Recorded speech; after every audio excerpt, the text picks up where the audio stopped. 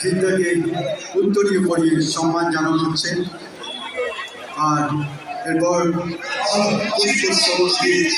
অভিনন্দন ফুলের মতো দুটো মিষ্টি ফুল দিয়ে অভিনন্দন জানালো আমাদের সুপারস্টার জিদ্দাকে। এই জন্য আমরা সবসময় বলি যে এবার হচ্ছে বাড়ির মিষ্টি। এবার বাড়ির মিষ্টি তুলে দেওয়া হলো